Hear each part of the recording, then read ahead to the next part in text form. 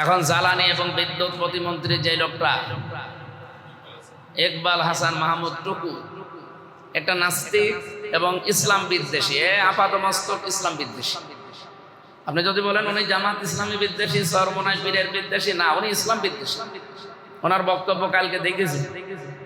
এর আগে তারেক রহমানের যে সমস্ত নামগুলো বাংলাদেশে ছড়ানো, বিশ্বের মানুষ জানে, ওনারে খাম্বা বলে ডাকে ওনার কারণে না, এই যে এইটুকুর কারণে। ওনারা যে খাম্বা বলে ডাকা হয় এইটুকুর কারণে, কারণ এই জায়গাটায় এর আগে উনি মন্ত্রী ছিলেন। উনি এই সমস্ত জায়গাগুলোতে দায়িত্ব পেলে কি হাহাকার লাগে। আপনি এখন এই যে মজমপুরে তেল পাম্পে যান, বিআরবি কেবলের তেল পাম্পে যান, মন্ডল ফিলিং স্টেশনে যান, কি অবস্থা দেখেন তো, কি হাহাকার চলছে। আমি সকাল থেকে মেডিকেলে ছিলাম, 5 লিটারের বেশি তেল দেয় না জেনারেটর চালাতে, অথচ বিশাল মেডিকেল কলেজ হাসপাতাল চালাতে কত মানুষের জীবন বিপন্ন এখন আপনি টের পাচ্ছেন। এই সমস্ত অযোগ্য মানুষগুলোকে না দিয়ে যারা যোগ্যতা সম্পন্ন, যারা দেশের মানুষের প্রতি দরদ রাখে, এরকম মানুষকে যদি আমার মনে হয় সিরিয়াল আকারে বসানো যেত, এই হাহাকারটা লাগতো না। এর আগেই তো সে পরীক্ষিত ছিল, পরীক্ষা দিয়ে অন্তত পরীক্ষায় ফেল করেছে, যার কারণে খাম্বা তারেক পর্যন্ত নাম হয়ে গেছে। তারেক কার ইশারায় বা কাকে খুশি করার জন্য কি মতলবে নিয়ে এসেছে আমরা জানি না। এরকম মানুষ যারা দেশের প্রতি কমিটমেন্ট দেওয়ার পরেও ঠিক রাখে না, যে মানুষগুলো মানবতার দরদি না, তারা নিজেদের আখের গোছানোর চিন্তা ভাবনা, যারা ইসলাম বিদ্বেষী, 96-92 ভাগ মুসলমানের দেশে এরকম মানুষকে আমার 100 ভাগ মানে আকাঙ্ক্ষা, ইচ্ছা যে এদের দায়িত্ব না দেওয়াই ঠিক, তাহলে চালাতে পারবেন। চ্যানেলটি সাবস্ক্রাইব করে আমাদের সঙ্গেই থাকুন। প্রশংসা আদায় করছে আমাদের মালিক, আমাদের মনিব, মহান রব্বুল ইজ্জাত আল জালালের, যিনি শাওয়াল মাসে জমার নামাজের আজান দেওয়ার সাথে সাথেই তার ঘর মসজিদে আসার সুযোগ আমাদেরকে করে দিলেন। আমরা খুশি হয়ে বলছি আলহামদুলিল্লাহ। বিশ্বনবী জানিয়েছেন, মান সামা রমাদানা, যে ব্যক্তি রমজান মাসে রোজা রাখে, সুম্মা আতবাহু সিত্তাম মিন শাওয়াল, এরপরে শাওয়াল মাসের 6টা রোজা রাখতে পারে, কানা কাসিয়ামিদ দাহার, এই লোকটা যেন সারা বছর রোজা রেখেছে, এই সওয়াব আল্লাহ তাকে দান করবেন। সুবহানাল্লাহ। মানে কথাটার ওজন টের পেয়েছে। এই হাদিসটা গবেষণা করে জাপানের এক বিজ্ঞান খ্রিস্টান নোবেল পুরস্কার পেয়েছে। ওনার নামের শেষে আমার মনে পড়ছে ওয়াসামি নাকি যেন আছে, এর আগে আরো কিছু আছে। এই লোকটা মানুষের শরীরের দেহের যে কোষ, এটা নিয়ে গবেষণা চালিয়েছে। ওনার গবেষণার ফল ছিল এটা, যে একটা মানুষ যদি 365 দিনের ভেতরে অন্তত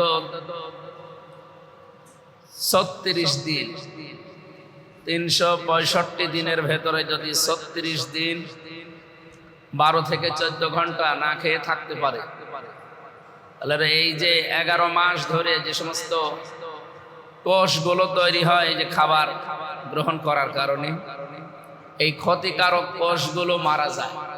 আর যে কোষগুলো না হলে শরীর টিকবে না, এই কোষগুলো এই 36 দিন, উনি লিখেছে উপবাস বা উপোস, বিভিন্ন রকমের শব্দ লিখেছে, ফাস্টিং বলা হয় যেটা, আর আমরা আরবিতে সিয়াম বলি, আর ফার্সিতে বলা হয় রোজা, বাংলাতে বলা হয় বিরত থাকা, দূরে থাকা, না খেয়ে থাকা। এই সবগুলোর সামারাইজ করে উনি জানিয়েছেন, যদি এই কোষগুলো তৈরি হয় তাহলে মানব দেহ মানে চলাচলের উপযুক্ত থাকে এবং মানব দেহ রোগমুক্ত থাকে। আমরা কোরআন হাদিসের বর্ণনায় পেয়েছি, পৃথিবীতে সবচাইতে বেশি দিন হায়াত পেয়েছিলেন হযরতে নূহ আলাইহিস সালাম। তিনি প্রায় 1650 বছর, 1450 বছর, 1450 বছর হায়াত নিয়ে দুনিয়ায় ছিলেন। এই বিশাল হায়াতে সবচাইতে বেশি রোজা রেখেছিলেন দুনিয়ায় তিনি। হযরতে নূহ। নূহ মানে রোজা রাখনেওয়ালা। তো ওনাকে জীবনের শেষ দিকে তার উম্মতেরা জিজ্ঞাসা করেছিলেন যে পৃথিবীতে আপনি যে সুস্থ থাকলেন, এত বড় বিশাল হায়াত পেয়ে, সেরকম কোন রোগ শোক ধরে না, এই সুস্থ থাকার পেছনে কারণ কি? উনি উম্মতকে ইন্তেকালের আগে জানিয়ে গেছে যে আমি রোজা রেখেছি। শুধু বছরে যে সমস্ত দিন রোজা রাখা নিষিদ্ধ, আমাদের যেমন 2 ঈদে আর কোরবানির পরে 3 দিন, সব মিলে 5 দিন। এই 5টা দিন আল্লাহর জিয়াফত বা আল্লাহর দাওয়াত, আল্লাহর মেহমানদারি, এই 5টা দিন আল্লাহ আমাদেরকে নিষেধ করে দিয়েছেন রাসূলের মাধ্যমে। তাছাড়া বাকি সারা বছর আপনি যদি স্ত্রীর কাছে অনুমতি নেন বা স্ত্রী স্বামীর কাছে অনুমতি নেয়, তাহলে রোজা রাখবেন।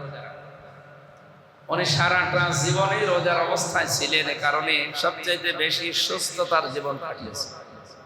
এখন আমরা উম্মতে মুহাম্মদী যারা, আমারও তো মাঝে মাঝে মনে হয় যে রোজা রাখলে আমরা সুস্থ থাকি বেশি, রোজা না রাখলে বরঞ্চ আমাদের অসুস্থতা বাড়ে। অনেক মানুষ মনে করে রোজা রাখলে মনে হয় শরীর দুর্বল হয়ে যাবে, না খেয়ে থাকলে মনে হয় চিকন হয়ে যাবে, এবং বিভিন্ন রোগ শোক মনে হয় আমার বাসা বাঁধবে। না, এগুলো থাকলে আরো আপনার হজম শক্তি বৃদ্ধি পায়, গ্যাসের সমস্যা দূর হয়, আলসারের সমস্যা যাদের আছে দূর হয়, ক্যান্সারের যে জারগুলো শরীরে আছে এইগুলো আল্লাহ আস্তে আস্তে শরীর থেকে দূর করে দেয়। বহু উপকারের কথা আমি পেয়েছি। কোরআন হাদিসের ফজিলতের কথা হচ্ছে মানুষ রোজা রাখলে তার সবচাইতে বড় বিষয় হচ্ছে কোষ যেগুলো ক্ষতিকারক এগুলো ধ্বংস হয়, যেগুলো উপকারী এগুলো তৈরি হয়। তো উনি 30 দিনের কথা বলতে পারতেন, 36 দিনের কথা বললেন না। মানে এই যে 36 দিনের কথা বলেছিলেন এই কারণে, কারণ রোজা তো শুধু 30টা রমজান, আর রমজানের পরে এই যে নবীজি দিলেন কানা কায়া সিয়ামিদ দাহার, সে যেন সারা বছর রোজা রাখে। মান সামা রমাদানা, যে ব্যক্তি রমজানে রোজা রাখে, এরপরে রমজানের পরে যে লোকটা সিয়াম পেয়েছে শাওয়াল মাসে, সিত্তাম মিন শাওয়াল, 6টা রোজা রাখতে পারে, তাহলে সে সারা বছর রোজা রাখার সওয়াব পায়। এটা কোরআন হাদিসের ফজিলতের কথা। তো বিজ্ঞানের কথা হচ্ছে ওই 30-এর সাথে এই 6 যোগ করলে 30, আমরা জানি এক একটা নেক কাজের জন্য আল্লাহ কমপক্ষে মানুষকে 10 গুণ বৃদ্ধি করে সওয়াব বা নেকি এগুলো দান করে। এগুলো শুনেছেন? মান জা বিল হাসানাতি ফালাহু আশরু আমসালিহা। এই পৃথিবীতে কোনো মানুষ একটা ভালো কাজ যদি করে কমপক্ষে 10 গুণ করে সওয়াব তাকে দেওয়া হবে। সওয়াব মানে নেকি, সওয়াব মানে পুরস্কার, সওয়াব মানে ইনাম। আমরা এই পুরস্কার দুনিয়া আখিরাত দুইটাই পাওয়ার জন্য, হয়তো ভালো কাজ করলে এই পুরস্কার যেটা সওয়াব আমরা বলি নাকি বলি, কিন্তু পুরস্কার এটা দুনিয়াতেও আল্লাহ দান করবেন মানুষকে, মরণের পরে তো কমপক্ষে 10 গুণ বৃদ্ধি করে তাকে ফিরিয়ে দেবে। পক্ষান্তরে অপর আয়াতে আছে ওমান জা বিসাজ্জাতি ফালা ইউজা ইল্লা মিসলাহা ওয়া হুম লা ইউজলামুন। কোন মানুষ যদি অন্যায় করে, ওই অন্যায় যতটুকু হবে তার শাস্তি যতটুকু অতটুকু আল্লাহ তাকে ফিরিয়ে দেবে। কোন বান্দা বান্দির উপরে আল্লাহ জুলুম করে। আমরা 30 দিনের পরে যে 6 দিন রোজা রাখছি, 30 10 এ 300, 30 10 কত? আর এদিকে 6 10 এ বছর হয় কত? 365 দিন। তাহলে বছর তো এখনো পূর্ণ হয়নি। তাহলে 1 বছর রোজা রাখার সওয়াব পাবে, এই কথা যে নবী বললেন কানা কা সিয়ামিদ দাহার। এটার ব্যাখ্যা এই যে ওই 5 দিন তো রোজা রাখা নিষিদ্ধ আল্লাহর জিয়াফত বা দাওয়াত বা মেহমানদারির যেন মেহমান বাড়িতে গেলে তার কোনো হিসাব নিকাশ করে খাওয়ানো লাগে না, ও যা খেতে পারে। কেউ কি বলে এই 2 পিসের পরে আর খাবেন না, তার যতটুকু তৃপ্তি লাগে ওই মেহমান খেলে আরো বাড়িওয়ালা খুশি হয়। আল্লাহ যেহেতু দাওয়াত দিয়েছেন, জিয়াফত করেছেন, আমাদের মেহমানদারি করাবেন ওই 5 দিন বাদ দিয়ে, বাকি 360 দিনই কিন্তু পূর্ণ হয়ে যাচ্ছে। সুতরাং আমরা যদি এই 6টা রোজা খেলায় নষ্ট না করে রাখতে পারি, সারা বছর আমরা রোজা ছিলাম, এইটাই আল্লাহর দরবারে গণ্য হবে এবং আমাদের শরীরও সুস্থ থাকবে আশা করছি। আল্লাহ আমাদের তৌফিক দিন, আমিন। আমরা সূরা আনকাবুত এখান থেকে একটা আয়াত পড়েছি, এটা 45 নম্বর আয়াত।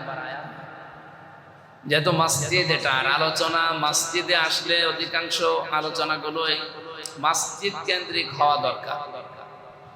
এখানে আলোচনা আজকে আমরা করার জন্য বসেছি সালাত নিয়ে, আর সালাত যেটা নিয়ে পড়া লাগে ওইটা নিয়ে।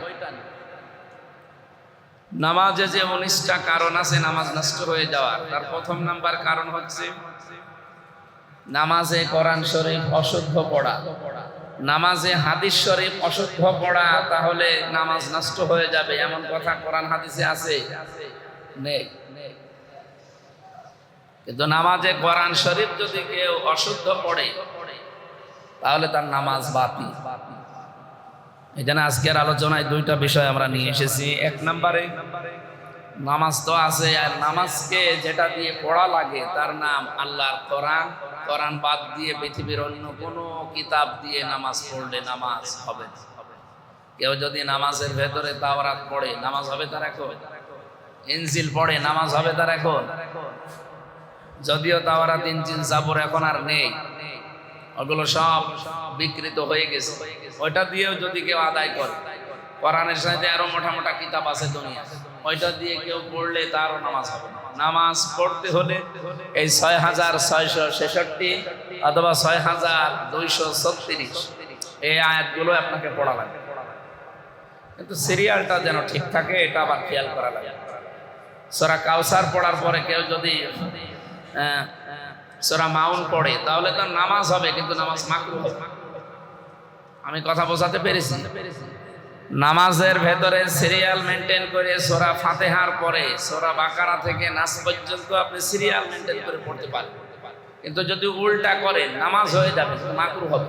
আর ইচ্ছাকৃত পড়লে নামাজ হবে। তাহলে এখান থেকে কয়েকটা মাসলা কিন্তু আপনারা জানলে যে সিরিয়ালটা জানার জন্য কোরআনের সাথে সম্পর্ক আরো বাড়াতে হবে।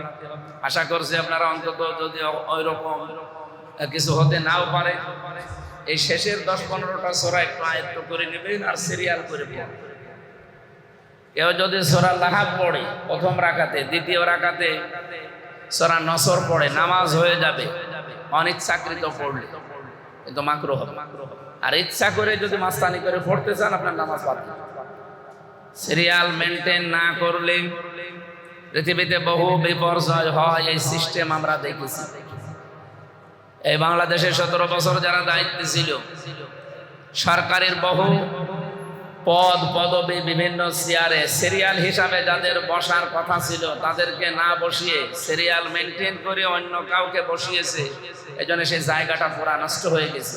এরকম চেয়ার বাংলাদেশে ছিল না? আমাকে কিছু বসতেছেন নাকি আন্দাজে বললেন ছিল? এই যে যিনি চলে গেছে বিদেশে, ওনার নাম আমি নিতে চাই না, ওনার খামখেয়ালের কারণে সিরিয়াল মেনটেন না করে যে চেয়ারে বসানোর দরকার ছিল সিরিয়াল হিসাবে তাকে না দিয়ে সেই 20 নম্বরে যিনি আছে তারে আত্মীয়তার পরিচয় দিয়ে নিয়ে এসে আপনি বসিয়ে দিন। এটা করে কি আমাদের দেশ উপরে গেছে না আরো নিচে গেছে? এখনো যদি কেউ এই সিরিয়ালগুলো না ঠিক রাখে, দেশ এবং বহির্বিশ্বের যে সমস্ত ষড়যন্ত্রগুলো আছে মোকাবেলা করা সম্ভব না। মন লাগছে আমার দল করে, আমার আত্মীয় হয়, আমার ছেলের বিয়ে হয়, দিয়ে দিয়ে কি হচ্ছে আপনি টের পাচ্ছেন? এদেশে 92 ভাগ মুসলমান, তাদের সেন্টিমেন্ট আপনাকে বোঝা লাগবে। যিনি দায়িত্বে আছেন সর্বোচ্চ বাংলাদেশে জনাব তারেক রহমান, আমাদের মাননীয় প্রধানমন্ত্রী, উনি যদি এখন খামখেয়ালি করে আমার অমুক দল করতো অনেকদিন, উনি আমার অমুক আত্মীয় হয়, এইটা করে যদি উনি সিরিয়াল যেভাবে দেওয়ার কথা, যাদেরকে দেওয়ার কথা ওদেরকে বাদ দিয়ে অন্য কাউকে নিয়ে এসে বসায়, ওই জায়গাটা নষ্ট হবে এবং এদেশের মানুষের মন সে জীবনেও পাবে না। এখন জ্বালানি এবং বিদ্যুৎ প্রতিমন্ত্রী যে লোকটা ইকবাল হাসান মাহমুদ টুকু, একটা নাস্তিক এবং ইসলাম বিদ্বেষী, আপাতমস্তক ইসলাম বিদ্বেষী। আপনি যদি বলেন উনি জামাত ইসলামী বিদ্বেষী, সর্বনাশ পীরের বিদ্বেষী, না, উনি ইসলাম বিদ্বেষী। ওনার বক্তব্য কালকে দেখেছি। এই দেশে ধর্ম প্রতিষ্ঠা করার জন্য নাকি মুক্তিযুদ্ধ হয়নি। মুক্তিযুদ্ধ হয়েছে কেন আপনি বলেন? মুক্তিযোদ্ধা তো এখনো বেঁচে আছে। আপনি তাদেরকে জিজ্ঞাসা করেন তারা ইসলাম বিদ্বেষী কিনা, তারা ধর্ম বিদ্বেষী কিনা। এর আগে তারেক রহমানের যে সমস্ত নামগুলো বাংলাদেশে ছড়ানো, বিশ্বের মানুষ জানে, ওনারে খাম্বা বলে ডাকে ওনার কারণে না, এই যে এইটুকুর কারণ। ওনারা যে খাম্বা বলে ডাকা হয় এইটুকুর কারণ, কারণ এই জায়গাটায় এর আগে উনি মন্ত্রী ছিলেন। উনি এই সমস্ত জায়গাগুলোতে দায়িত্ব পেলে কি হাহাকার লাগে। আপনি এখন এই যে মজমপুরে তেল পাম্পে যান, বিআরবি কেবলের তেল পাম্পে যান, মন্ডল ফিলিং স্টেশনে যান, কি অবস্থা দেখেন তো, কি হাহাকার চলছে। আমি সকাল থেকে মেডিকেলে ছিলাম, 5 লিটারের বেশি তেল দেয় না জেনারেটর চালাতে, অথচ বিশাল মেডিকেল কলেজ হাসপাতাল চালাতে কত মানুষের জীবন বিপন্ন এখন আপনি টের পাচ্ছেন। এই সমস্ত অযোগ্য মানুষগুলোকে না দিয়ে যারা যোগ্যতা সম্পন্ন, যারা দেশের মানুষের প্রতি দরদ রাখে, এরকম মানুষকে যদি আমার মনে হয় সিরিয়াল আকারে বসানো যেত, এই হাহাকারটা লাগতো না। এর আগেই তো সে পরীক্ষিত ছিল, পরীক্ষা দিয়ে অন্তত পরীক্ষায় ফেল করেছে, যার কারণে খাম্বা তারেক পর্যন্ত নাম হয়ে গেছে। তারেক কার এশারায় বা কাকে খুশি করার জন্য কি মতলবে নিয়ে এসেছে আমরা জানি না। এরকম মানুষ যারা দেশের প্রতি কমিটমেন্ট দেওয়ার পরেও ঠিক রাখে না, যে মানুষগুলো মানবতার দরদি না, তারা নিজেদের আখের গোছানোর চিন্তা ভাবনা, যারা ইসলাম বিদ্বেষী 96-92 ভাগ মুসলমানের দেশে এরকম মানুষকে আমার 100 ভাগ মানে আকাঙ্ক্ষা ইচ্ছা যে এদের দায়িত্ব না দেওয়াই ঠিক, তাহলে চালাতে পারবেন। আমি যে মাসলাটা থেকে এই কথাগুলো বললাম, আপনারা মাসলা বুঝেছেন যে সিরিয়াল আকারে এসব কিছু করার নিয়ম। কোরআন শরীফে আল্লাহ যেটা যেখানে সিরিয়াল ওইটা আগে দিয়েছে। ইয়া আইয়ুহাল্লাযীনা আমানু কুলু মিন তাইয়্যিবাতি মা রাযাকনাকুম ওয়াশকুরু লিল্লাহ ইন কুনতুম ইয়্যাহু তা'বুদুন। ঈমানদারেরা যদি ঈমানের দাবি করেই থাকো, যদি মনে করো যে আমরা আল্লাহরই ইবাদত করব, ইন কুনতুম ইয়্যাহু তা'বুদুন, যদি তোমরা আল্লাহর ইবাদত করতে রাজি থাকো। আমরা রাজি আছি না? একে মুখে মুখে নাকি অন্তর থেকে? যারা রাজি আছো আল্লাহরই ইবাদত করতে চায়, তাদের প্রতি আমার ঘোষণা, কুলু মিন তাইয়্যিবাতি মা রাযাকনাকুম, যা খাবা রিজিক হিসাবে যেটা খাবা পান করবা, এটা যেন হালাল থাকে, এটা যেন পবিত্র হয়। কুলু মিন তাইয়্যিবাতি মা রাযাকনাকুম, যেটা খাবা ওইটা যেন পবিত্র হয়, হালাল হয়। শুধু হালাল হলেও আবার হবে না, শুধু হালাল হলেই হবে না, হালাল হওয়া লাগবে। 2 নম্বরে পবিত্র হওয়া লাগবে। এই পবিত্র আর হালালের মাঝে আরেকটা শব্দ আছে। শুধু হালাল আর পবিত্র হলেই হবে না, এটা আবার রুচিশীল হওয়া লাগবে। তাহলে কোনো কিছু খাওয়ার ক্ষেত্রে কি পেলাম? 1 নম্বরে হালাল হওয়া লাগবে, 2 নম্বরে পবিত্র হওয়া লাগবে, আর এর মাঝে আরেকটা শব্দ কি বললাম? রুচিশীল হওয়া লাগবে। পৃথিবীতে বহু হালাল জিনিস আছে কিন্তু খাওয়া যায় না, আছে না? কি বলেন তো? এই যে মুখে যেটা আছে থুথু, লালা বলে নাকি, এরপরে নাক দিয়ে যেটা আসে সেলেসা নাকি বলে, সেলেসমা, এইটা যদি খাওয়া হালাল না হারাম? হারাম বলল কে? না, এটা হালাল না, ওটা বের করার পরও হালাল। ওটা ভেতরে থাকতেও হালাল, বাইরে থাকতেও হালাল। কেউ যদি ওটা পিরিচি করে দেয় যে মাখন মনে করে খান, খাবেন, কারণ এটা মানে আর ভেতরে যাচ্ছে না, এই কারণে, কারণ এটা রুচিশীল না। এই যে 3টা বিষয় বললাম না, একটা হচ্ছে পবিত্র হওয়া লাগবে, আর একটা কি হালাল হওয়া লাগবে, আর মাঝখানে আরেকটা শব্দ বলেছিলাম রুচিশীল হওয়া লাগবে। ওটা যেহেতু রুচি নেই না, এই কারণে। আজাদ ভাইয়ের কথা ঠিক আছে যে বের হওয়ার পরে ওটা তো রুচি নেয় না, এই কারণে ওই 3টা ক্যাটাগরির ভেতরে এটা হারাম হয়ে গেছে। কোন বিষয়কে যদি কেউ হারাম বলতে চায়, নাজায়েজ বলতে চায়, একবারে বলে দেওয়া যাবে না। 3টা শর্ত আছে হারাম হওয়ার জন্য। কয়টা? 1 নম্বরে ওটা ক্ষতিকারক কিনা, 2 নম্বরে ওটা অপবিত্র কিনা, 3 নম্বরে ওটা অশ্লীল কিনা। তাহলে আমরা হারাম হওয়ার জন্য শর্ত পেলাম কয়টা? 1 নম্বরে ক্ষতিকারক কিনা, 2 নম্বরে অপবিত্র অবৈধ, 3 নম্বরে না ওই যে অশ্লীল, মানে এটা হারাম হওয়ার ক্ষেত্রে যে সমস্ত ক্যাটাগরি গুলো আছে এইগুলো বললাম। এখন বলেন বিড়ি সিগারেট এটা হারাম না হালাল? আন্দাজে বলে দিলেন হারাম, আপনার এই 3টার সাথে মিলাতে হবে না? বিড়ি সিগারেট এই 3টার সাথে মিলান তো। 1 নম্বরে বিড়ি সিগারেট কি ক্ষতিকারক? হ্যাঁ, 1 নম্বরটা ওটা মানুষের লাঞ্চ নষ্ট করে দেয়, কলিজা নষ্ট হয়ে যায়, আরো বিভিন্ন জিনিস নষ্ট হয়। তার মানে আমরা 1 নম্বরটাই পেয়ে গেছি। তাহলে এই থিওরি গুলো মনে রাখলে পৃথিবীর যত কিছু আছে আপনি হালাল না হারাম নিজেই বুঝতে পারবেন। কারণ থিওরি আগে জানা লাগবে। একটা অঙ্ক 2 পৃষ্ঠা, এর থিওরি যদি আপনার জানা থাকে, থিওরি জানা থাকলে 2 পৃষ্ঠা না 10 পৃষ্ঠা হলেও অসুবিধা নেই। কথা বুঝতেছেন? আমরা ওদিকে আর যেতে চাচ্ছি না। আমার বোঝানোর বিষয় ছিল কোরআনে কারিমে আল্লাহ সিরিয়াল হিসাবে ৬২৩৬ বলেন, এটা হচ্ছে বিশুদ্ধ, আর ৬৬৩৬ এটা হচ্ছে প্রসিদ্ধ। এটা আমাদের উপমহাদেশে প্রসিদ্ধ আছে, বইপত্র কিতাবাদিতে আমরা এটা লিখি, কিন্তু বিশুদ্ধ মত হচ্ছে ৬২৩৬টা আয়াত কোরআনে আছে। এগুলোর সব দেখবেন সিরিয়াল করা, আগেরটা পরে পরেরটা আগে, এভাবে আল্লাহ দেয়নি। যেখানে যেটা দেওয়া দরকার ওর পরে সিরিয়ালে পরেরটা লাগিয়েছে। তাহলে আজকের এই আয়াতের ভেতরে ছিল কি? কুলু মিন তাজ্জিবাতি মা রাযাকনাকুম, যেটাই খাবা ওইটা হালাল হওয়া লাগবে, পবিত্র হওয়া লাগবে। 2 নম্বরে আশকুরু লিল্লাহ, এরপরে আমি আল্লাহকে একটু শুকরিয়া আদায় করো, ডাকাডাকি করো, যাই করো। ইন কুনতুম ইয়াহু তা'বুদুন, ইনের শর্ত দিয়া দিয়েছি, যদি তোমরা আল্লাহর ইবাদত করতে রাজি থাকো তাহলে অবশ্যই তোমাদের এই সিরিয়াল মেনটেন করা লাগবে। এখন বলেন তো, খাওয়ার আগে না ইবাদত আগে? ইবাদত খাবার আগে, হালাল খাবার, এরপরে আপনার শুকরিয়া আদায় ইবাদত বন্দেগী যায় বলে। এখন খাবার আপনার হালাল হচ্ছে না, আপনি ইবাদত করে একেবারে চোখ বন্ধ করে করে যাচ্ছেন, হবে? সিরিয়ালটাকে আমি বানালাম না আল্লাহ বানিয়েছে? এই বাংলাদেশের মানুষ এটা বোঝে না। এই সিরিয়ালটা যদি আমরা বুঝতাম, এই দেশ তো পরিবর্তন হয়ে যেত। যে ইবাদত বন্দেগী নামাজ রোজা এগুলো যা তো পরে সিরিয়ালে, আল্লাহকে ডাকাডাকি করব, ওনার ইবাদত বন্দেগী শুকরিয়া আদায় পরে, আগে কি? হালাল খাবার। এই হালাল খাবার খালি বললেই হবে? এর ব্যবস্থা করা লাগবে না?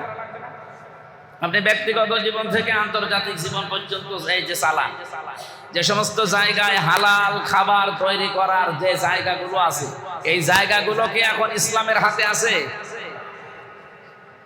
আপনারা এগিয়ে বসেন, ফেরেশতা আসতেছে অনেক, একটু এগিয়ে বসেন, পরে নামাজের কাতার সোজা করে নেবেন। আসেন আসেন আসেন। সম্মানিত মুসল্লি কিরাম, খুব গুরুত্ব দিয়ে শোনেন তো কি বলতে চাই আমি। এই যে হালাল রুজির এখন যদি আমি ফজিলত বর্ণনা করি, হালাল খাবার খেলে ইবাদত বন্দেগী কবুল হয়, হালাল না খেলে ইবাদত বন্দেগী কবুল হয় না, হালাল খেলে, এইরকম বহু হাদিস আছে। আমি 15টা হাদিস এখানে মনে করেন বললাম, আমার সব নোট করা আছে। এই 15টা হাদিসের নোট করে বলার পরে আমি মোনাজাত করে কান্নাকাটি করে শেষ করে দিলাম, কাজ হয়ে গেছে না? এই 15টা না বলে আমি যদি একটা হাদিস বলি যে তলাবু কাসবিল হালালি ফারিদাতুন বাদাল ফারিদা, নির্ধারিত ফরজ আদায় করার পর হালাল রুজি উপার্জন করা, এটা একটা ফরজ। এটা কি? লা ইয়াদখুলুল জান্নাতা জাসাদুন গুজিয়া বিল হারাম, ওই শরীর জান্নাতে যাচ্ছে না, যাবেও না যে শরীরটা হারাম মালের দ্বারা লালিত পালিত হয়। এরকম মনে করেন 15টা হাদিস আমি না বলে 2টা শেষ করে দিলাম। এটা শেষ করে এবার বাস্তবতায় নিয়ে যাওয়া লাগবে না? যে হালাল রুজি তৈরি করা লাগে যে সমস্ত পদ্ধতিতে, ক্রাইটেরিয়াতে, যে সমস্ত প্রক্রিয়ায়, ওই প্রক্রিয়াগুলো আমরা বাংলাদেশে তৈরি করতে চাই। এই প্রতিটি সেক্টর আমরা এইভাবে গড়ে তুলবো যেখানে হালাল রুজি অন্তত 2 টাকা হোক, আমার হারাম রুজি 20 টাকার দরকার নেই। এটা যদি আমরা বোঝাতে সক্ষম হতাম সারা দেশের আজকের 3.5 লাখ 4 লাখ মসজিদে সবাই একসাথে, মুসল্লি যত শোনে 92% মুসলমান, সবাই যদি এটা নামাজের মতো বুঝতো যে আল্লাহর সিরিয়াল আগে হালাল খাবার, এরপরে আল্লাহকে ডাকাডাকি, এরপরে ইবাদত বন্দেগীর শুকরিয়া আদায়, এভাবে প্রতিনিয়ত বলতে থাকলে আমার মনে হয় হালাল রুজির সিস্টেমগুলো এই দেশে আরো সহজলভ্য হতো। কিন্তু আমরা এই যে পদ্ধতিগুলো সামনে নিয়ে আসা লাগবে ওইগুলো আর বলতে চাই না, ওই খালি ফজিলত বর্ণনা করে শেষ। ফজিলত আমি এখানে বর্ণনা করে ছেড়ে দিলাম, কিন্তু সিস্টেমগুলো যদি আপনি না পাল্টা, এই জায়গাগুলোতে যারা বসে আছে ওদেরকে শুধু হাদিস শুনিয়ে কান্নাকাটি করে নসিহত করে জীবন ও হালাল রুজিতে নিয়ে যেতে পারবেন। কুষ্টিয়ার ডিসি আসতে 50 কমপক্ষে এখন 30 থেকে 50 কোটি টাকা খরচ করে মনে করেন আসা লাগে। এর আগে 20 কোটি পর্যন্ত শুনেছিলাম। একটা ডিসি এসপি আসতে 50 লাখ টাকা দিয়ে তারপরে এই চেয়ারে বসা লাগে। কুষ্টিয়ার সদর থানার ওসি ওনারে এখানে আসতে 20 লাখ টাকা অন্তত উপরওয়ালাকে দিয়ে আসা লাগে। এখন উনি মসজিদে নামাজ পড়তে এসে যে বসে আছে, ওনারে যদি এখন আমি হালাল রুজির ওয়াজ শোনাই, কান্নাকাটি করে একেবারে পাগল করে দিলাম, উনিও কান্নাকাটি করে মসজিদ থেকে বের হয়ে গেল। যাওয়ার সময় বলবে যে হালাল রুজি তো ঠিক আছে, কিন্তু এই যে 20 লাখ টাকা আমি খরচ করে আসলাম আমার বাবার টাকা এই চেয়ারটা পাওয়ার জন্য, তো এই চেয়ারে যেন 20 লাখ টাকা খরচ না হয় সেই কথা তো বললেন না। টাকা তো আমি খরচ করেছি, ওই টাকা আমার তোলা লাগবে না? তাহলে আপনার এই ওয়াজ শুনে কান্নাকাটি করলে আমার 20 লাখ টাকা চলে আসবে? আমি কথা মনে হয় বোঝাতে পেরেছি। এই সিস্টেমগুলো আমরা পাল্টাতে চাই। এই একেবারে মসজিদ থেকে শুরু করে দেখেন অধিকাংশ মসজিদ এখন মসজিদের ইমাম নিতে হলেও ঘুষ দেওয়া লাগছে। এর আগে মানে যে সরকার দায়িত্বে ছিল 18 মাস, ওখানে যিনি ধর্ম উপদেষ্টা ছিলেন ডক্টর আফাম খালিদ হোসাইন, উনি একটা নিয়ম নীতি করে দিয়েছিলেন প্রায়, যে ভারতে কলকাতার মতো জায়গায় সেখানে মমতা ব্যানার্জি খতিব, ইমাম, মুয়াজ্জিন, খাদেম 4 প্রকার মানুষকে তারা টাকা দেয় সরকারের পক্ষ থেকে, রাষ্ট্রের পক্ষ থেকে বেতন দেয়। তারা যদি হিন্দু রাষ্ট্রে বসবাস করে, এক মহিলা সেও হিন্দু, সে যদি এই টাকা দিতে পারে মসজিদের ইমাম খতিব মুসলমানদেরকে, তাহলে আমরা 92% মুসলমানের দেশে এটা দিতে পারবো না? তো উনি তো এটা চালু করেই গিয়েছিলেন। মাঝখান থেকে সরকার আসার পরে ওনাদের কাছে কান পড়া যারাই দিয়েছে কি করেছি, যে এক ইউনিয়নে একটা মসজিদের ইমাম শুধু এই সুযোগ পাবে। ফর্ম ফিল আপ সবার করা লাগবে, কিন্তু টাকা দেবে মাত্র এক ইউনিয়নে একটা মসজিদের একটা ইমামকে, একটা ওয়ার্ডের একটা ইমামকে। কেন? এত প্রত্যেকটা 3.5 লাখ হোক আর 4 লাখ হোক, প্রত্যেকটা জায়গায় এই নিয়ম নীতিটা করা ছিল। সেটা আপনি বাদ দিলেন কার কথা শুনে আমরা জানি না। সম্মানিত মুসল্লিকরাম, মানে দুঃখ নিয়ে আফসোস নিয়ে বলছি, এই হালাল রুজির এই নিয়ম নীতিটা যদি আমরা একেবারে গোড়া থেকে শুরু করে শেষ পর্যন্ত নিয়ে যেতে না পারি, শুধু ওয়াজ করে নসিহত করে কান্নাকাটি করে জীবনেও এই মসজিদে আমরা মানুষ ঠিক করতে পারবো। এখানে হয়তো আবেগে হাত তুলতে বলবো যে হালাল রুজি খাবেন, কারা কারা হাত তুলতে বলে ঠ্যাং তুলে ফেলে, বের হয়ে যাওয়ার পরে কারণ তো ওরও দোষ না। ওরে আমি ওয়াজ করে কি করবো? ও তো 20 লাখ টাকা খরচ করে চেয়ারটা পেয়েছে, এই টাকা তো ওর বেতনে জীবনেও উঠবে না। ও বেতন পায় মনে করেন 35,000, 40,000, 42,000 টাকা, তো থাকবে হয়তো 1 বছর 1.5 বছর। এই যে 20 লাখ 30 লাখ টাকা ওই 1-1.5 বছরে তুলতে পারবে বেতন দিয়ে? এই জন্যই তখন এই হরিপুরে এই নদীর ধারে যারা এদিক ওদিকে আছে ওদের কাছে ওদের হাত মারা লাগে। আমরা আশা করছি সামনে আপনাদের এই হরিপুর ইউনিয়নের যে 9টা ওয়ার্ড আছে, এখানে যিনি চেয়ারম্যান আছে, 9টা ওয়ার্ডের 9 জন মেম্বার আছে এবং গুরুত্বপূর্ণ লোক যারা, তাদেরকে সাথে নিয়ে মাদক বিরোধী যে অভিযানগুলো আছে কমিটির মাধ্যমে এগুলো আমরা নির্মূল করতে চাই। তাছাড়া আমাদের পরিবারগুলো ধ্বংস হয়ে যাচ্ছে। একটা পরিবারে যদি একটা মাদকাসক্ত লোক থাকে, তার মা বাবা স্ত্রী সন্তান সব জাহান্নামে থাকে। তো এটা নির্মূল করার জন্য সরকারের উদ্যোগ আছে, কিন্তু ওনারা ব্যবস্থা করছে না। আমরা জড়িত আছে তাদের জন্য, এটা নাকি অলরেডি এলাকার কিছু মানুষ নিয়েছে যে এদেরকে মুসলমানদের জানাজা কপালে নেই, এমনকি এদের জানাজার পরে মুসলমানদের কবরে এদেরকে আমরা দিতে দেব না। সামাজিকভাবে যদি আমরা একটু কড়াকড়ি করি, কড়াকড়ি করলেও আবার আরেকটা ঝামেলা আছে, কারণ অন্যান্য বিভিন্ন ফেরেশতা আছে, তো ওরা আবার এদিক ওদিকে টান দেয়। টান অন্তত কুষ্টিয়ায় দিয়ে কেউ টিকে থাকতে পারবে না আমরা যদি ঐক্যবদ্ধ থাকি। এখানে কি দল মত জাতি বর্ণ ধর্ম দেখা যাবে? এই তো সবার ক্ষতি হচ্ছে। এই ক্ষতি থেকে বাঁচার জন্য আমরা চেষ্টা চালাবো ইনশাআল্লাহ। তা আল্লাহ সিরিয়াল দিয়েছিলেন কি বলেন তো, আগে হালাল খাবার। এই হালাল খাবারের যে সমস্ত জায়গাগুলো আছে এই জায়গাগুলো আগে পরিষ্কার করা লাগবে।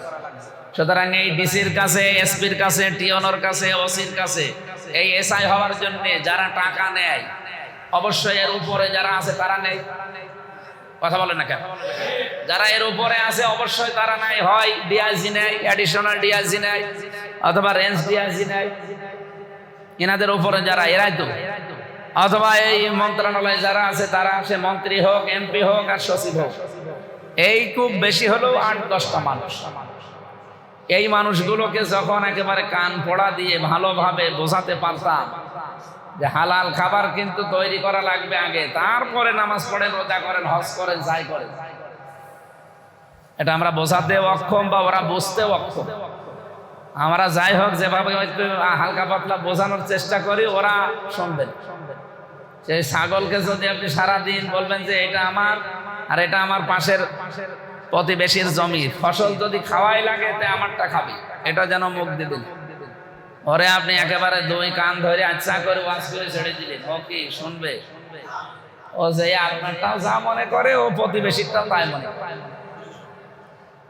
আমার তো মনে হচ্ছে আমাদের অবস্থা ঠিক হয় ছাগলের মতো হয়ে গেছে। এত ওয়াজ করে কান পা ধরে, ভাই এটা করেন না, এটা করেন না, ওই যে ছেড়ে দিলে ও যা ছিল। আমরা হালাল রুজির পরিবেশ তৈরি করার জন্য চেষ্টা করি, আর যত বাধা আসে এই জায়গায়, যতগুলো হালাল পদ্ধতি অবৈধ বৈধ পদ্ধতি কুষ্টিয়াতে চালু করতে চাচ্ছি সেখানেই বাধা। কুষ্টিয়ার মজমপুর গেট থেকে শুরু করে যতগুলো স্ট্যান্ড আছে, এখানে আল্লাহর কিছু বান্দারা মানে নিজের মনে করে চাঁদার নাম দিয়ে হোক আর বিভিন্ন সেলামের নাম দিয়ে হোক টাকা তুলতেছে। এই কাজটা কি সত্যি করে বলবেন বৈধ না অবৈধ? এই কাজ আমির খান জানা, যেই করতে যাক তার পেছনে আমাদের থাকার দরকার ছিল না? ওরা নিজেরা হারাম কাজ করছে আর আমাদেরকে মাজলুম অবস্থায় রেখে দিচ্ছে। আমরা নয় অনেকে মাজলুম হয়ে দিচ্ছি, কিন্তু ওরা তো হারাম খেয়ে ওদের শরীরটা জাহান্নামে বানাচ্ছে। ওদেরকে বাঁচানো লাগবে না? এই বাঁচাতে গেলেই কিছু মানুষ দেখি পেছনে লেগে যায়, না এই কাজ কি এমপির কাজ? ও যদি একটু হাদিয়া তোফা না নেয়, একটা চাঁদাবাজির নাম তো এখন ওই যে কি বানিয়েছে জানো, সমঝোতা। সমঝোতার ভিত্তিতে নাকি চাঁদা খাওয়া জায়েজ আছে। নাউজুবিল্লাহ মিন যালিক। ওকে কি খেয়েছে ফতোয়া দিয়েছে আল্লাহ জানে। এর আগে যেমন উল্টাপাল্টা ফতোয়া 17 বছর শুনতাম, এখনো অনেকে দেওয়া আরম্ভ করে দিয়েছে। তেল দিতে পারে না ঠিক মতো, বলছে হাঁটাহাঁটি করলে শরীর ভালো থাকে। মানুষের বিবেক কোন যায়? তাহলে তারে বলার দরকার যে সংসদের গেট থেকে শুরু করে সংসদ ভবন পর্যন্ত তো প্রায় অনেক দূর রাস্তায় একটু হেঁটে যাবে, শরীর ভালো থাকবে না। সে তো একেবারে গেটে যেয়ে নামে, আর আমাদেরকে উপদেশ দেয় আমরা তেল পাচ্ছি না, এই জন্য হাঁটাহাঁটি করলে শরীর ভালো থাকবে। সম্মানিত উপস্থিতি, আমরা হালাল রুজির পরিবেশ তৈরি করতে চাই কুষ্টিয়া থেকে।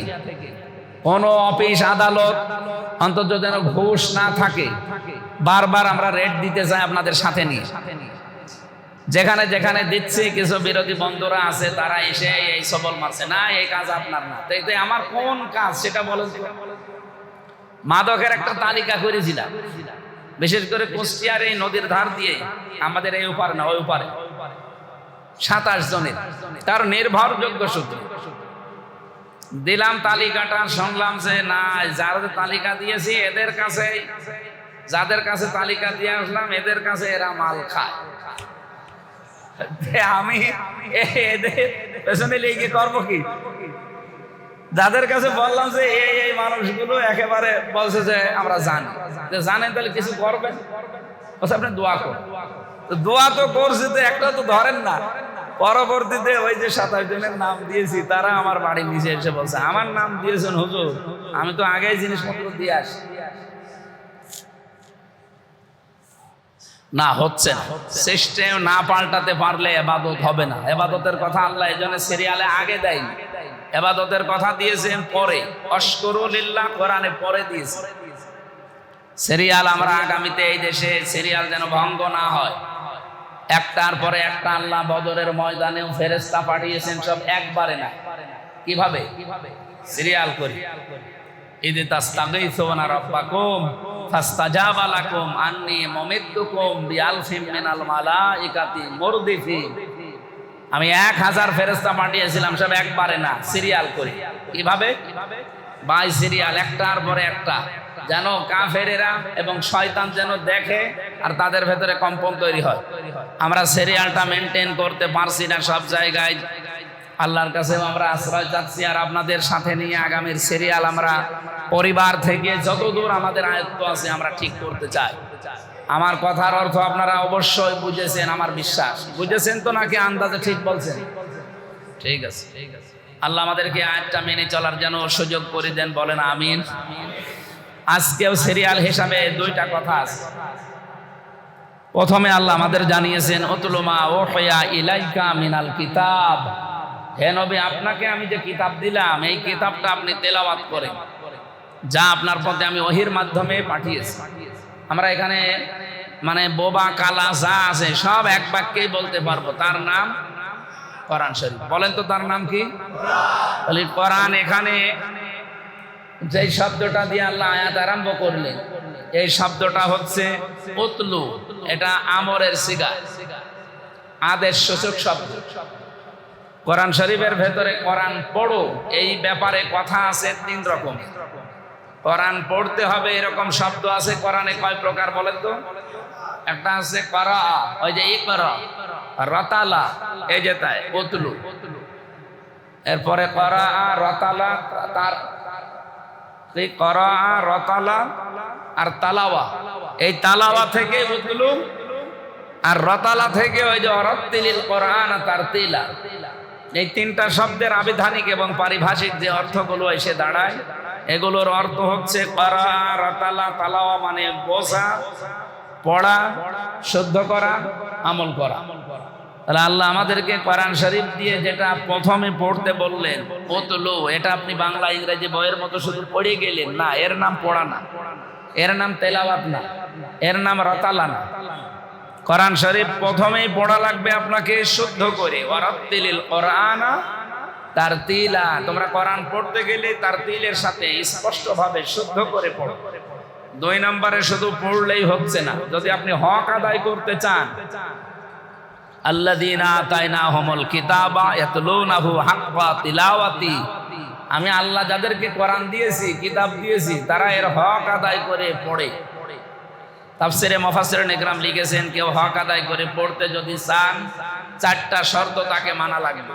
হরিপুরবাসী, আপনি নিজের দিকে তাকিয়ে এবার মিলান, আপনি কয়টা শর্ত মানতে পারছেন। 1 নম্বরে শুদ্ধ করে পড়া, এটা আমরা পারি তো নাকি? 1 নম্বরে আমরা ঠিক আছে। 2 নম্বরে এটা বুঝতে হবে। আফালা ইয়াতাদাব্বারুনাল কোরআন ওয়া লাকাদ ইয়াসসারনাল কোরআনা লিযিকরি ফাহাল মিন মুদ্দাকির। আমি কোরআনকে সহজ করে দিয়েছি বোঝার জন্য। তাহলে আপনি 2 নাম্বারটায় আছেন কিনা বলেন? নেই। কারণ এখানে আমার মনে হয় 100 জনের 95 জন মানুষ আল্লাহর কোরআন শরীফ বোঝে না, নাকি বেশি বলে ফেললাম? ঠিক আছে, ঠিক আছে। সুতরাং বোঝার সিস্টেম চালু করা লাগবে আমাদের। এটা শিক্ষা ব্যবস্থা থেকে শুরু করে ব্যক্তিগত পর্যায় পর্যন্ত কোরআন শিক্ষা যেটা শুদ্ধ করে এবং বোঝার সিস্টেমগুলো চালু করা দরকার। আপনি টাকা পয়সা খরচ করতে চান না কোরআন শিক্ষায়, কোরআন বোঝার ক্ষেত্রে, কি করবেন টাকা দিয়ে? না, আপনি 100-200 বছর হায়াত পেলেন, বাঁচলেন, খাইলেন, সন্তানাদি জন্ম দিলেন, ক্ষমতায় থাকলেন, আপনার দ্বারা যদি কোরআন কেন্দ্রিক কিছু না হয়, কিয়ামতের দিন ওই আয়াতগুলো কিন্তু আপনার বিরুদ্ধে দাঁড়াবে। আল কোরআন ও হুজ্জাতুল্লাহ ওয়া আলাইকা, কোরআন শরীফ হচ্ছে জান্নাতে যাওয়ার দলিল। এটা যদি কারো পক্ষে থাকে সে জান্নাত পাবে, যদি এটা কারো বিপক্ষে যায় সে জাহান্নামে যায়।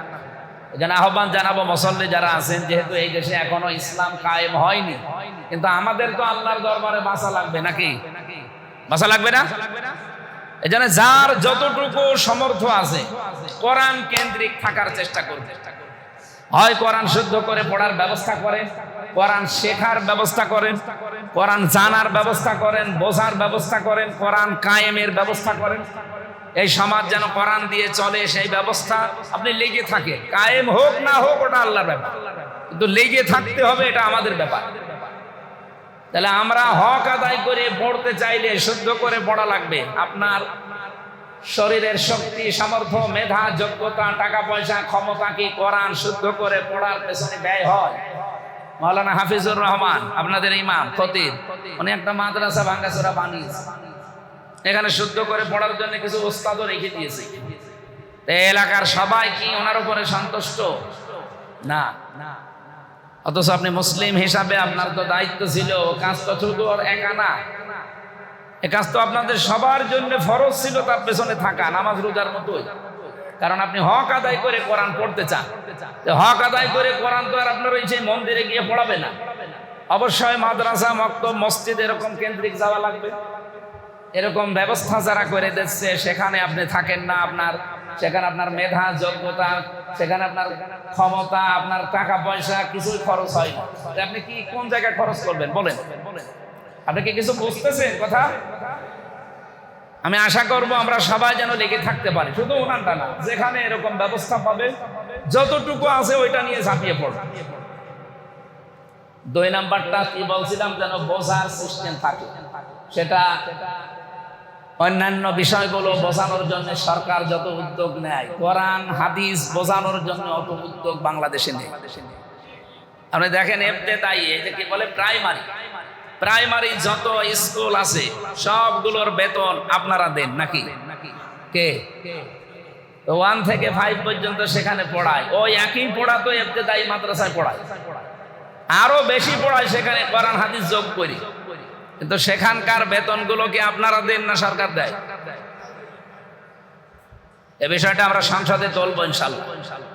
যিনি আছেন মাননীয় মন্ত্রী, ধর্মমন্ত্রী এবং জেনারেল যে মন্ত্রী আমরা পেয়েছি, শিক্ষামন্ত্রী, আমরা দৃষ্টি আকর্ষণ করবো ইনশাআল্লাহ আগামীতে। যে কালকের দিন পরে সংসদ বসবে, অনেকগুলো বিষয় তোলার কথা আছে আমাদের কুষ্টিয়া নিয়ে। আমি এটাও যদি সময় পাই ইনক্লুড করবো ইনশাআল্লাহ। আপনারা দোয়া করেন ভালো ভালো কাজ যেন আমি ওখানে তুলে আদায় করতে পারি, কারণ একটা জায়গা তো ওখান থেকে বলে আদায় করতে পারলে ওটা কায়েম করা যায়। আমরা আগামীতে চাই যেন প্রাইমারির মতো ইবতেদায়ী মাদ্রাসা বা অন্যান্য আরো যারা দ্বীনি শিক্ষা প্রতিষ্ঠান আছে এগুলোর পেছনেও সরকার খরচ করে, তাহলে সেই কোরআন বোঝা আমাদের জন্য সহজ হয়ে যাবে। কারণ আমরা হক আদায় করে কোরআন পড়তে চাই না, শুধু সত্য করে পড়লে হবে না, বোঝা লাগবে। এই বোঝার সিস্টেমগুলো সহজলভ্য হওয়া লাগবে। 3 নম্বরে শুধু বুঝলে হবে না, যতটুকু বুঝেছেন অতটুকু আপনাকে মানা লাগবে। এই পরিবেশ আসে বাংলাদেশে, আমি অনেক কিছু বুঝি, উনি অনেক কিছু বোঝে, কিন্তু বাস্তবতা হচ্ছে এগুলো সব বোঝার পরও মানা যায় না। আমি নিজে জানি যে ঘুষ খাওয়া হারাম, ঘুষ দেওয়া হারাম, তো বাংলাদেশের একটা প্রতিষ্ঠান দেখান তো যেখানে ঘুষ ছাড়া কাজ হয়। অফিসের গেটে লেখা আছে আমার অফিস সম্পূর্ণ ঘুষ মুক্ত, ওখানে গেলে হয় ঘুষ। এরকম প্রতিষ্ঠান দেশে নেই। একজন সাংবাদিক সত্য তুলে ধরবে, অথচ টাকা দিলে সে সত্য ভুলে মিথ্যা তুলে ধরে, এমন সাংবাদিক দেশে নেই। এগুলো বাংলাদেশে আমার মনে হয় যায় আছে, কুষ্টিয়ায় সবচাইতে বেশি। এতটুকু একটা জেলায় 450-র উপরে শুধু সাংবাদিক।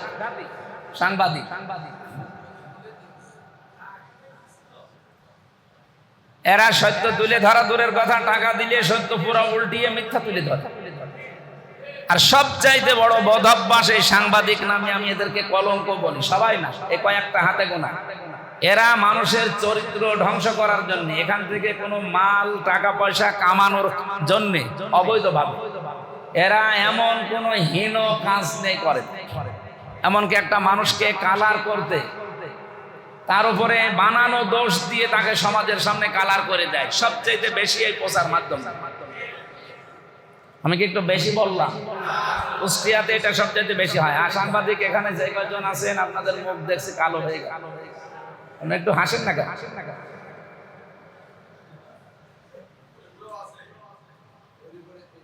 হরিপুরে আছে এই জন্য তো বেশি করে বলছি। এখানে আছে, আমার সামনেই বসে আছে।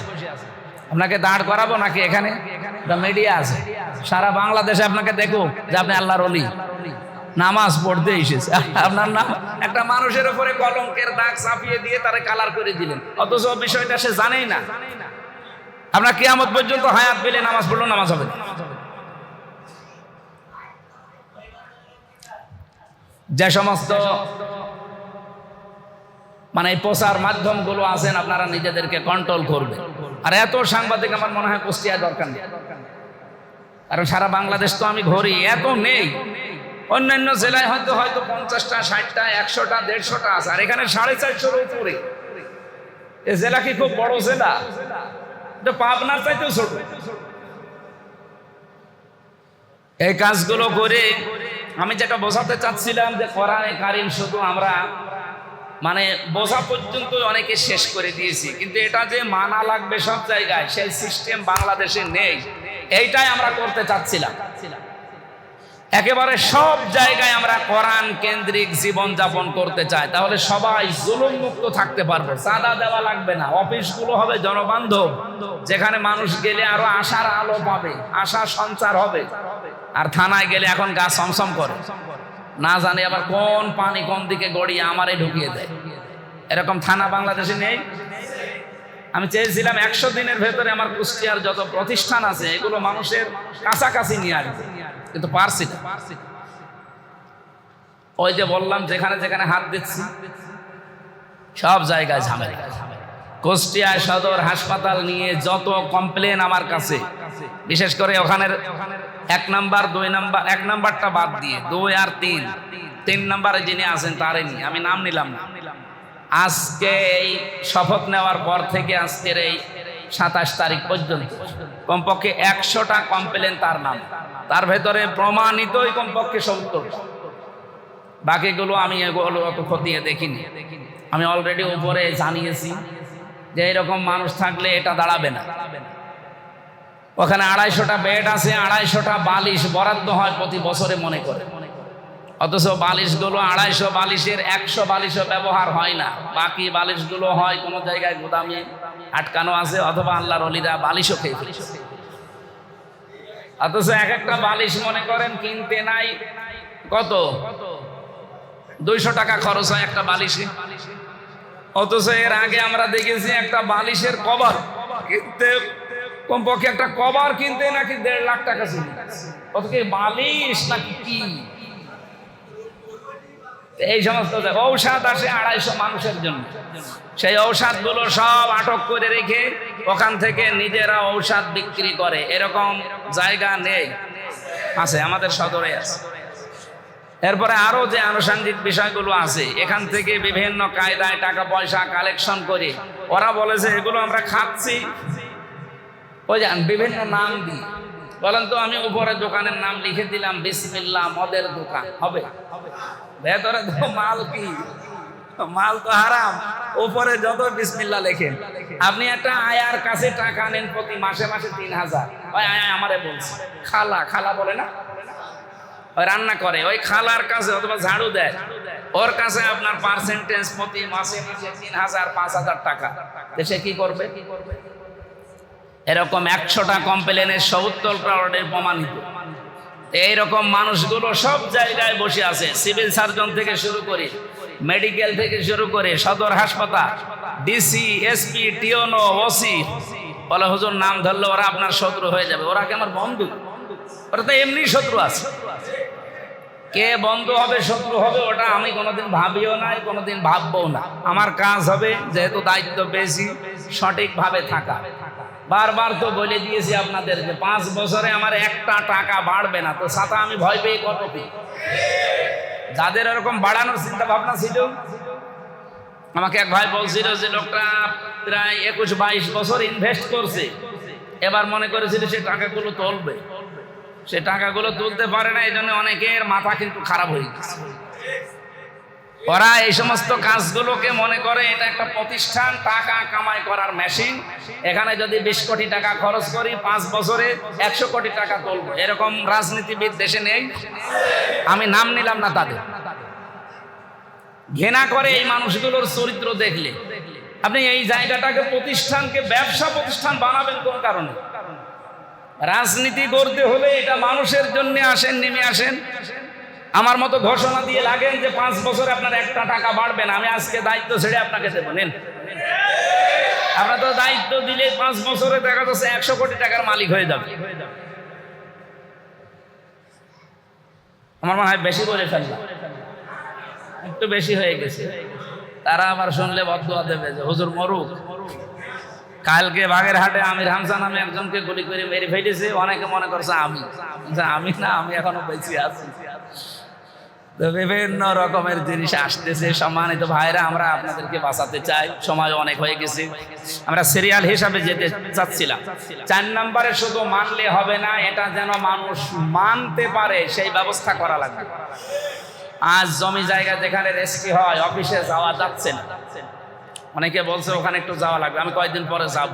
আমার মনে হয় বাংলাদেশের মহা দুর্নীতির জায়গা ওইটা। আমার তো এমনি মেজাজ হট হয়ে থাকে, কি যে হবে আল্লাহ ভাবে। ওই জায়গায় যা আমি হালকা পাতলা টাচ পেয়েছি, এরকম প্রত্যেকটা জায়গায় আমরা চেষ্টা চালাচ্ছি, কিন্তু পেরিয়ে উঠছি না। সরকার গঠন করতে পারলে হয়তো পেরিয়ে উঠতে পারতাম। কিছু কিছু মানুষ হয়তো আমাদের সাথে ছিল, তাদেরকে তারা যেন থাকতে না পারে। অলরেডি ওপেন অনেকে ঘোষণা দিয়েছে যে সাবেক যে ডিসি তারে আমরা থাকতে দেইনি, আমাদের কাজের ডিস্টার্ব হচ্ছিল এই কারণে। আপনি কি মানুষের মতো কথা বললেন? সেই লোকটা কি তার নিজের স্বার্থে কাজ করছিল? সে তো কাজ করছিল আমাদের জন্য। তাকে নিয়ে আমি কতগুলো পরিকল্পনা করে এগিয়ে যাচ্ছিলাম। মেডিকেল কলেজের 100 কোটি টাকার মেশিন পড়ে আছে, 100 কোটি। হরিপুর বিক্রি করলেও হবে না, অথচ সেই সম্পদ পড়ে আছে। 2011 সালের 9 অক্টোবর থেকে 16 সালের ডিসেম্বরের 30 তারিখ পর্যন্ত ওটা চালু হওয়ার কথা ছিল। আজ 26 সাল চলছে। বাংলাদেশের ইতিহাসে একটা প্রতিষ্ঠান 17 বছর পড়ে থাকে, নষ্ট হয়ে যায়, ইতিহাস নেই। পরশুদিন সংসদ যেহেতু বসবে, আমার সিরিয়াল এটা আছে, আমি তুলে ধরবো। মন্ত্রীর কাছে আমি হিসাব চাইব। উনি হয়তো বলবে আমার আগে যারা ছিল তারা করে নাই, আমি কি করব না। এখন যেহেতু সময় এসেছে, আপনাকে করা লাগবে। এর সাথে আমার 5টা জেলা জড়িত। অনেকে কথা শোনার পরে বলে খালি চাপাবাজি করে। চাপাবাজি করি তো আপনার কারণে, কারণ করতে গেলে তো খালি বাধা দিই। কত রকমের বাধা এটার জন্য। কারণ যাদের মেডিকেল কলেজে 200 টাকা খরচ হবে, সেখানে আপনার কাছে গেলে খরচ হবে 20,000 টাকা। এই যে এদের বাধা না, এই মানুষগুলো তো তাদের ব্যবসা মাঠে মারা যাবে। এরকম বড় বড় যারা আছেন তারা বলছে থাক, এটা এখনই এত তাড়াতাড়ি করার দরকার কি, একটু লেন্দি হোক। লেন্দি আর কতদিন? 26 সাল চলছে। 17 বছর একটা সরকারি জিনিস পড়ে থাকবে, এরপরও যদি বলে লেন্দি হোক, আমরা তো মরে যাওয়ার পরে তখন আর ওই জিনিসগুলো সব নষ্ট হয়ে যাচ্ছে না? ওগুলো সব আমাদের টাকায় কিনা না? আপনি বলেন কত কোটি টাকা? 100 কোটি। আমি আজকে সকাল থেকে ছিলাম সেখানে। চালু করার জন্য আজকে বহু চেষ্টা চলছে, উপর থেকে অফিসারও এসেছিল। এখন মন্ত্রণালয়ের কিছু ব্যাপার আছে। আপনারা দোয়া করেন আল্লাহ যেন সহজ করে দেয়, এবং এটা চালু হলে আমাদের এই আশপাশের 4-5টা জেলার মানুষের অনেক উপকার হবে। বিশাল ব্যাপার, 750 কোটি টাকার প্রজেক্ট। কত বললাম? 750 কোটি। ওর পাশে যে জমিটা পড়ে আছে ওটা 250 কোটি টাকা শোধ দেওয়া আছে। 250 কোটি টাকা সরকারকে দেওয়া, অলরেডি শোধ দেওয়া। অথচ সেটা এখন ঘ্যান্তাগাড়ি করে অনেকে নিজে ভোগ দখল করার চেষ্টায় আছে। অনেক ডাক্তার পর্যন্ত তার সাথে জড়িত, নিজেরা প্লট করে ফ্ল্যাট করে নিয়ে আর জিনিস সরকারের জনগণের জন্য বাজেট। কথা এখন মনে হয় বেশি হয়ে গেল, অনেক সময় হয়ে গেছে। আমি ঘড়ি ওটা ঠিক আছে, ওয়াকিমিস সালাহ আছে, এরপরে শব্দটা, এটার ব্যাখ্যা আগামীতে কোনো জায়গায় আসলে তখন করবো ইনশাল্লাহ। আজকে পর্যন্ত থাক। আমরা কোরআনে কারিমকে এই 4টা শর্ত মেনে আল্লাহর দরবারে হক আদায় করে পড়ছি, এটা দেখাতে চাই। শুদ্ধ করে পড়া, বোঝা। 3 নম্বরে যতটুকু বুঝি অতটুকু আমি মানতে চেষ্টা করব। 4 নম্বরে আমি যা মানি ওটা যেন আমার কুষ্টিয়ার মানুষেরা, বাংলাদেশের মানুষেরা মানতে পারে। আল্লাহ তুমি আমাদের জন্য সব সহজ করে দাও, আমিন।